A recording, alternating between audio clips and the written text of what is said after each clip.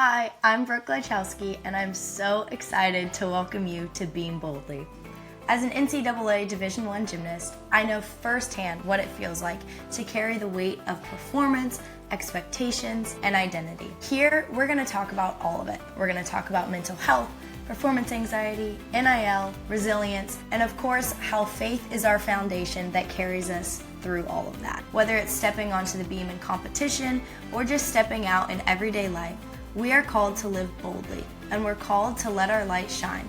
The name Beam Boldly was inspired by the verse Matthew 5:16, which says, "Let your light shine before others, that they may see your good deeds and glorify your Father in heaven." To me, that's what this podcast is all about. So if you're ready to hear raw conversations, find strength in faith, and be reminded that you are never walking this journey by yourself, join me as we step boldly into everyday life. Hey guys, welcome back to another episode of Beam Boldly. Today we have a 2021 World Bronze all-around medalist, a 5-time All-American, and she's earned a 10 on bars. Welcome, Kayla DiCello. Hi, I'm so excited to be on this. Yes, I'm so excited to have you on. First of all, I want to say how we got connected. So Jocelyn, who is previously on Beam Boldly, if you guys haven't listened to her episode, it's so good. So go listen to Jocelyn Sassen's episode. But you were on Jocelyn's team at UF, and so that's how we got connected. And Jocelyn is such a sweetheart, so I know that this conversation is going to be amazing as well. Yes, I love Joss. She's the sweetest human being ever. Literally, like, could talk about her for hours, literally. But Kayla, I would love to go ahead and dive into your story and, of course, how God has been a part of it all. So, how about you start with telling me just how you started gymnastics? So I started gymnastics when I was 2 years old, and it was kind of just something that my parents put me in because my brother went to a birthday party there, and then he started classes, and while my brother was in classes, I would go there with my mom, and so we did mommy and me classes. And so that's just like kind of how he started, and then they were like, "Oh, you should put your kid in Baby Angels and just kinda, like, put her in the next class up to kind of put her on the direction towards team." And I just remember my mom telling me, like, "I don't really know if I wanna do that," because it was during my nap times, and as a child, like, when I was asleep, like, there wasn't anything you could do, so my mom was, like, very hesitant at first, but she ended up putting me in the Baby Angels, which was a good decision, and kind of just, like, went off from there and started pre-team and just worked my way up through all of the levels. I mean, I love gymnastics from the moment that I started, and it was something that I think I knew that I wanted to do, I wanted to pursue just as I started doing it. I mean, I tried other sports, and I didn't have as much fun as I did with gymnastics. I kinda just loved the energy, the amount that I could just bounce around, kinda do whatever, and just be there with, like, all the teammates that I've, like, grown up with, like, over these years. Yeah, that's awesome. So, at what point did you realize, oh, I'm kind of like good at this? Or, like, when did you start the elite route? I would say probably around 2018. I was, like, 12, 13. That was when I started doing, like, I did level 10 in hopes at the same time, so that was kinda, like, my first step into, like, the elite world, and I don't know, I really loved it. I did really bad my first year, but I Really? had fun. Just, like, being able to compete in different states in these big arenas with so many different amazing gymnasts. Like, I just remember being really little and being like, "Oh my gosh, like, that's Simone, that's Allie," like, just being like, "This is crazy." And so, I think just after that and continuing to do elite, go to camps, and just make, like, other friends from other gyms, I think that was, like, the time I was like, "Okay, like, this is really good, like, I can get used to this." And so, I think that was, like, the big turning point for me where I was like, I could really make something out of my gymnastics career. Yeah, that's awesome. Do you have, like, a specific story or, like, moment? Because you said that oh my gosh, you're like Allie Raisman and Simone, like all of a sudden you were kind of like competing at the same meets as them. Do you have a moment when you like met them or interacted with them that you were like, oh my gosh, how am I on this level so close to them? Yeah, I mean, I think just being around Simone all the time, just watching her in the gym when I was at camps and just watching her be like herself and have fun and do elite gymnastics.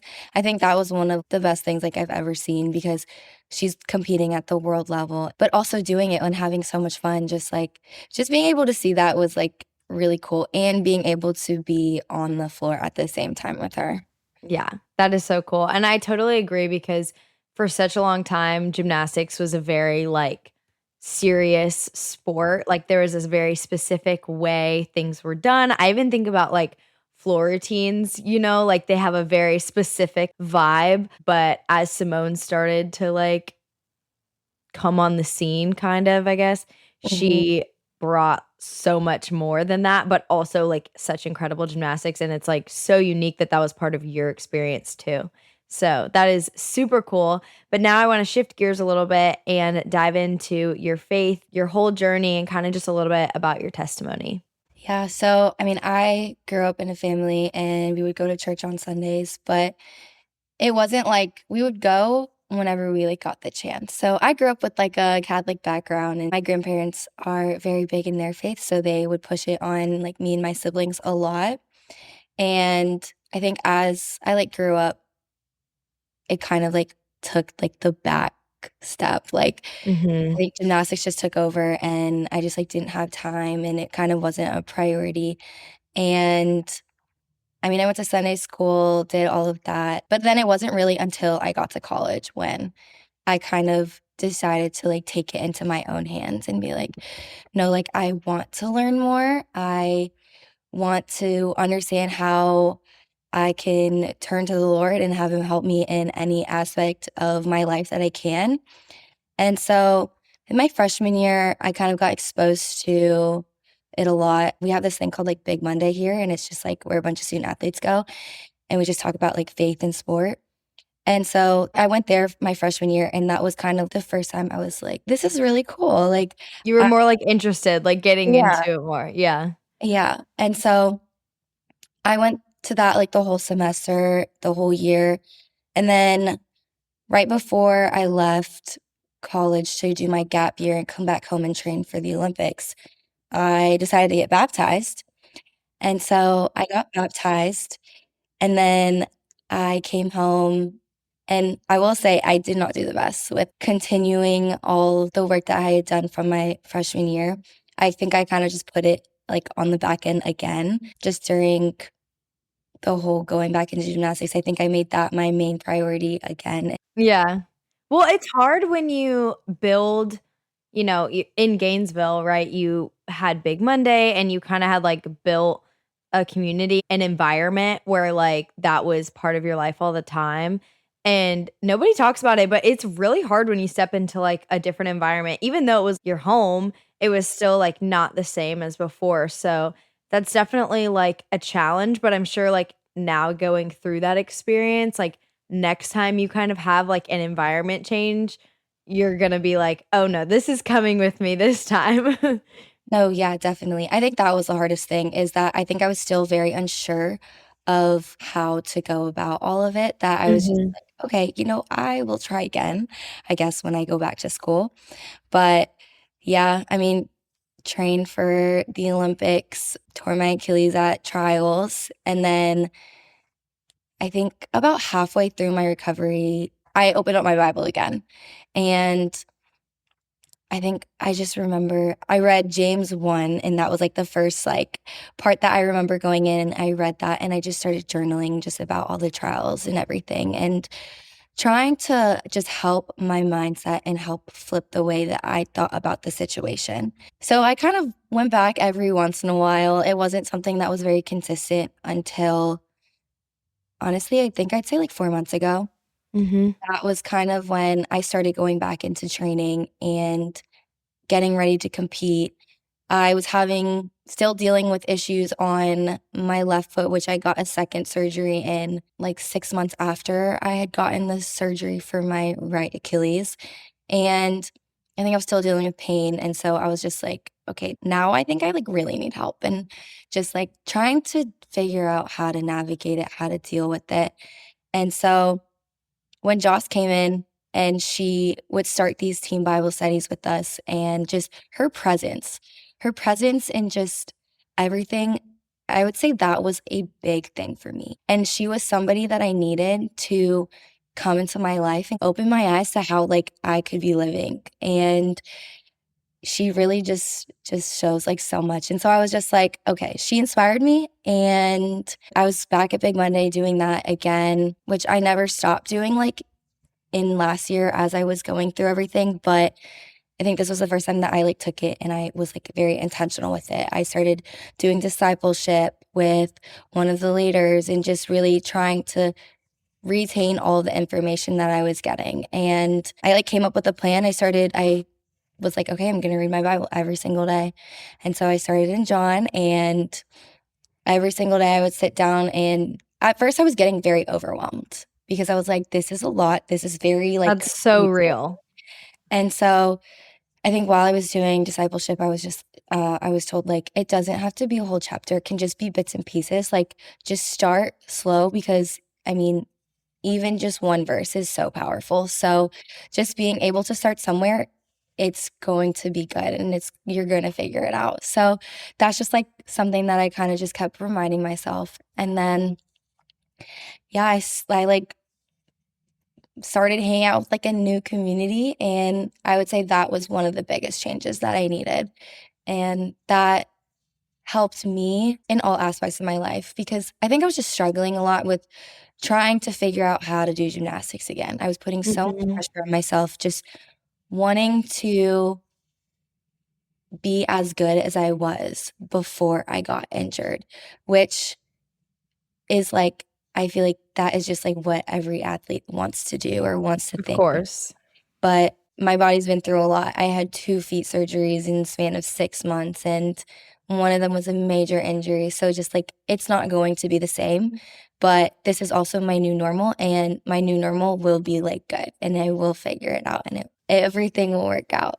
And Yeah. so, yeah. And so I think just doing that, changing the people I hang out with and I'm around, that was one of the biggest things that I could have done for myself. And just, yeah, now I just like, I feel the Lord's presence in everything that I do. I try every single moment just to like invite God into what I'm doing, whether it's athletics or just daily things in my life. And I've definitely felt a change. And yeah, it's just been great. Yeah. That's amazing. Okay, there's a couple things I wanna, like, go deeper into just from your story. Number 1, I love that your story just, like, perfectly exemplifies how you're never too far gone for God, right? Like, you met Jesus, got baptized, that's amazing. Like, you started to, learn about what this whole relationship with God was, but you had a setback when you left, and it was like, "Wait, I don't really know how to, like, take it with me." Like, I know it lives there and it lives in Kayla's house in Florida, but I don't understand really how it can live anywhere else. And then, of course, like, your injury and everything, that's an extreme hardship, which we'll go into a little bit deeper in a second. But then when you came back around and found the Lord again and began to get into the word and everything, like, it's not like he was like, "Oh, Kayla, just because you left me, like, watch out. Like, I'm gonna punish you for that or anything." Like, not at all.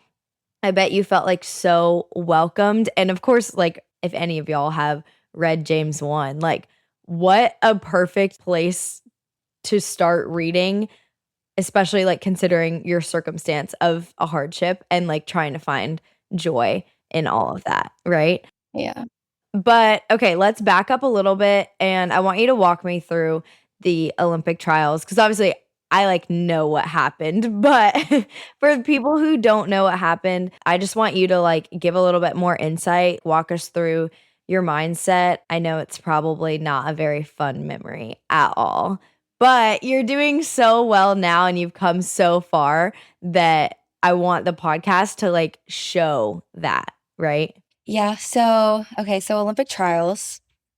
I would say that that was probably the best I'd ever felt in my entire career. Like Like going into trials, you're going saying? into trials, like mentally, I just come off of championships where, I mean, I messed up, but I still placed third in the all around. And that was kind of like the moment that I was like, okay, like I actually have a shot at this. Like this could be my year. So I was like feeling very good. I was feeling very confident and I was just really excited to just go out there and just do my gymnastics and just really just show what I have to offer.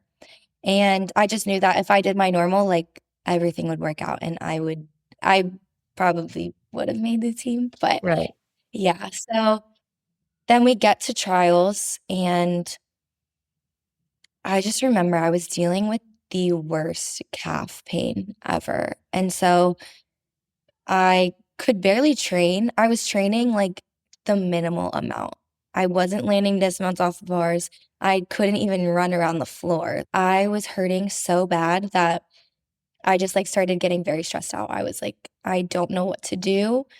I worked with all the trainers. I worked with my coach. I just remember before each practice, I think I was crying because I was just like in so much pain and the last time I had, like, this pain, I took a week off completely, and it ended up being fine, but I was like, "I don't have that kind of time." So, I Right. kinda just had to, like, continue pushing through. So, I would do as much as I could. I only tumbled and vaulted on podium training day. That was it, because that was, like, the only time that I could get myself to do it, just so that I knew I had it once. And, yeah, so I worked with the trainers. I think tearing my Achilles was the last thing on my mind because I Really? was like, "Oh, it's my calf." Like, yes, it's by your Achilles, but also I have torn my calf before, so I was kind of like, "Okay, maybe it's just something like that again. Maybe my calf will tear." But I mean, my Achilles, I think it'll be fine. And they were like, "Okay, we can try just a stronger anti-inflammatory just to see if we can get it to calm down for the meet." So I tried that. I warmed up all of my events and I was like, "Okay, I'm still hurting, but it's nothing terribly wrong. Like I can push through this. It's just get through this day and then we can just work on it the next day and just heal myself." But yeah, we ran out and I could feel my calf and my Achilles like tightening. So we're in the Mhm. back in the tunnel and I'm just like standing there. I'm stressed a little bit, still not thinking anything about my Achilles. I think it's just all in my calf. And so I'm standing there, I'm like stretching my Achilles, kind of just like waiting just to stay warm because I was first. And we run out, we warm up touch, and my touch was so good. Like I stuck my vault, like I was like, okay, I just have to do the same thing and I will be just Wow. fine. Like I was like, "Okay, I'm ready." I actually felt really good despite being, like, in a lot of pain. Mentally, I was like, "I just gotta do my gymnastics and Mhm. I will be good." And so, I go to vault and I'm running down the vault runway, and then as soon as I punched the board, I felt my Achilles pop, and so I just did a tuck, I rolled onto my back, and I just sat there, and the only reason I knew is because 'cause I've heard what people have said about it. Mm. And they're always like, "It feels like you jump in a hole," or someone takes the springs out from under your feet, and I was like, "That is exactly what it felt like." It wasn't painful at all, which was good, Wow. and I'm very grateful that I had enough air awareness to where I was that I could just do a timer because that probably would have been really bad. Right, that could have been really scary if all of a sudden you're trying to Yeah, twist and yeah. yeah, and so I think I just sat there and I grabbed my foot and I just looked at my coach and we just locked eyes and I just shook my head no, because I think she knew what happened. And so, yeah, that was the moment that I tore my Achilles. Yeah. That is absolutely heartbreaking. So, you, like, knew in the moment, you said you were shaking your head. What like, kinda guide me through what happened next? Because I'm sure you're like, "Wow, my Olympic dreams are crushed," right, in that moment. And stinks because, like you said, like, mentally, you were, like, doing so well, right? And I feel like, honestly, a lot of times, that can be, like, the hardest part is like, oh, physically, like my body can do it, but mentally, I'm just like super nervous or really anxious and really scared and not believing in yourself, But it sounds like that was not the case at all. So, yeah, walk me through what happened next, kind of the conversations. Like, you knew that had happened, but did you still watch the rest of the meet or kind of what happened from there? Yeah, so I mean, after I was very devastated. I think I was really in shock, kind of just like I was like, "There's no way that this just happened." And I was like, "It didn't hurt." So I was like, "Maybe, just maybe I'm being a little bit dramatic and, I'm just fine." But I was told that I was not actually fine. Mhm. I think also one of the hardest things was just seeing, like, my coach and my parents cry. Like Oh, that's not something that I see often, and so just seeing that and just seeing, because my family came down and came into, like, the training room with me, and so I think just seeing that and just feeling all of the emotions that I felt, it was really hard, and so I had the option to stay and watch the meet for the 2nd day, but at first I was kinda like, "Yeah, like, I'll stay. I'm gonna watch and, like, support everybody." But I think later I had more conversations with my parents, and I was like, "You know what? I actually don't think if that would be the best for me mentally if I stayed and watched. I think it'll be way too hard, and at least if I watch it at home, like, a safe space to cry." So, like, right. I left the next day, and I went home. I did end up watching the 2nd meet, and a bunch of my friends, my gym friends from home, they all came over to watch with me, and, I was, like, doing pretty good watching, like, the whole meet. I think it was until the end when they started naming the team, I just started sobbing, like, Yeah. I was very upset because I think I just knew that, I mean, like, if it didn't happen, I feel like I would have had, like, a very good shot. So, that was definitely something that was really hard, and it took me so long to get over, and I think sometimes still now, if I think about it too hard, it still hurts, but I would say, like, now I'm in a much better place about it. Yeah.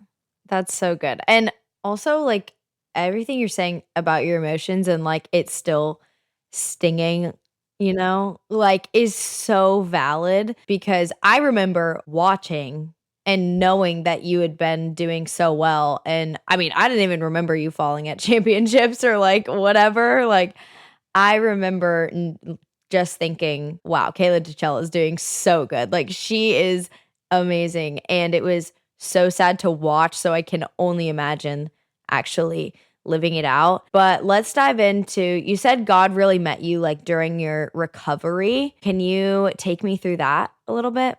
Yeah, as I was doing my rehab and everything, that was when I started to open up my Bible every once in a while, Mhm. kind of just, like, try to understand why this happened, and, I mean, I would talk to a lot of my friends and just be like, "I need help." Like, I would ask one of my friends, and she would send me multiple verses, and I would go in there, and I would just start reading them just to kind of see how I can turn this around, and I really think I didn't start turning it around until 4 months ago, when Mhm.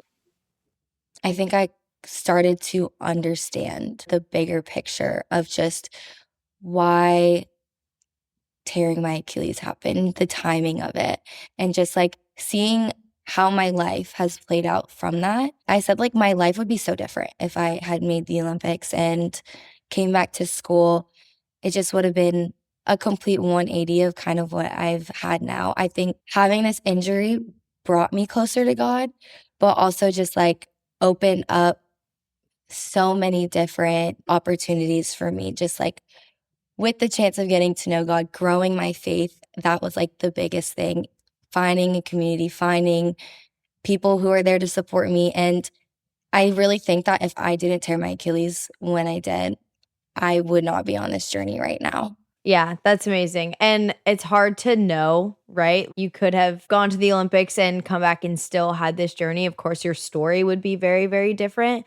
But now living how this is all played out, it's so prevalent how God was in the midst of it and like God had a plan all along. And ultimately, unfortunate things sometimes happen to like draw you closer to Him or to glorify Him. And Mhm. both of those things have been able to come from this really hard experience. One thing I love that you touched on was like how important your community and like your friend group is. I know that I've experienced that as well because the people that you're around matter so, so, so much. And I know we've mentioned it on the podcast before, but will you share a little bit more specifically just about your experience with your community and friends who you're able to lean on for prayer and ultimately just bring you closer to God? Yeah, so I mean, with like our Big Monday group, I think just having all of those people who all follow the Lord and just want to really glorify Him in everything that they do, and just watching everybody, they inspire me so much. And just seeing how they pray and how they invite Him into this space was very inspirational for me. And just And being it's able, all athletes, right? yeah, But it's different sports and stuff. different sports, all athletes. Okay. Yeah. So it's like people who are living a similar life or Mhm. lifestyle to Yeah. you Yeah. all coming together in the Yeah. okay. Okay, cool. So that was like very big for me because I think I just like would always see it, but then I was like, okay. But then being a part of it and just like, it's such a like genuine space. And I feel free to like be myself and just have fun and just be able to just like experience so many different things. And so like that was like one of the biggest things that I loved so much. And I mean, really Joss. I think Joss was kind of my spark for a lot of this. I actually don't know if she knows that, but Oh, well, I'm she's gonna gonna tell listen to her. this and know. But yeah, I think just watching her when she came in and just seeing how the Lord moves through her and how she is towards everybody, she was just such a light. And I love that about her. And so I was like, okay, like I am gonna follow her footsteps and learn and try to and grow a relationship. It's incredible because I think that's kind of talked about like a lot in Christianity. Like a lot of people find Jesus because they see someone else and they're like, "Whoa, there's something about her, there's something about him." Like what is that? That like joy, that light, that kindness, but at first you might not even realize that it's literally the Lord. And so I love that that's part of your story and I experienced that too with Joss, which is just fun little connection. But what I think is really cool is how now you're gonna be that way for someone else too. And, like, seeing how the Lord works in that way is gonna be so, so, so cool. Also, though, the way that you bond with people when the Lord is in the middle of your relationship is kind of indescribable. Like, I feel like you were kind of hinting at that with your Big Monday group. Like, there's just something about it where you can be yourself, you are having fun, and it's not necessarily that you're doing anything crazy or out of the normal, right? Of course, you're dedicating time to the Lord Yeah. together, but there's also just a special connection. And when you're around those people more and more and more, then the world around you literally starts to like brighten up more and more and more because that's what you're surrounded by.